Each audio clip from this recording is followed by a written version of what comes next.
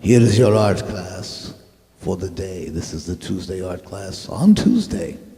Burger Tuesday, mind you. The most famous of all Institute days, Burger Tuesday. So here's your art class. Take a whitish piece of paper. It can be a paper towel, it can be a piece out of a notebook, it can be a chunk of stuff, it can be a newsprint thing, it can be just a piece of paper off a bag inside your kitchen. A piece of paper, sort of whitish, doesn't have to be exactly white, but kind of whitish. Not a patterned piece of paper, not a paper that's got printing and stuff all over it, okay? A white piece of paper that doesn't have any printing on it, that's what I mean to say. It can be slightly tan or brown or, sort of pinkish or bluish, I guess, but a plain piece of paper.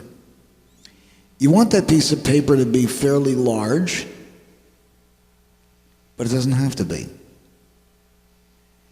Take that piece of paper and wildly and without any kind of forethought, crumple it up. Then slightly open it and smooth it out a little bit, just a tiny bit, again, without thinking too much about it. Put it down on another white piece of paper or white cardboard or something. Take a strong light about 8 or 10 inches away from it on either the right or the left side and cast that light across the paper. Notice the shadows. When the shadows are really interesting, keep the light frozen. Put the light there, leave the light alone. Gooseneck light's good for this.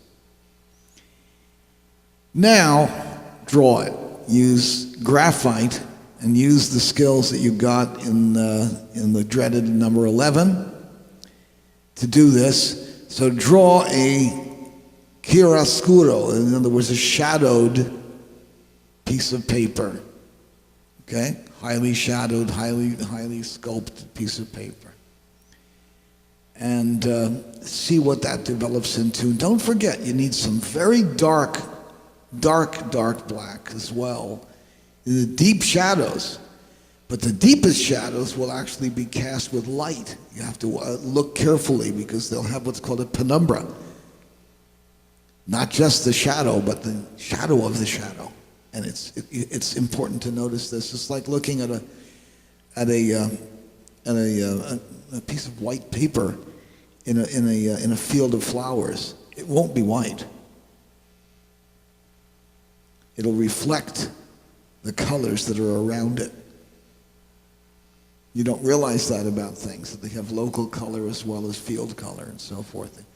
As an artist, you probably don't do that anymore, but they used to have art schools where they would teach you things like that. That there was, color within color. Now it's, just draw. Actually, don't draw anything. Just tell the computer what you want to draw. The computer does it for you. Isn't that special and swell?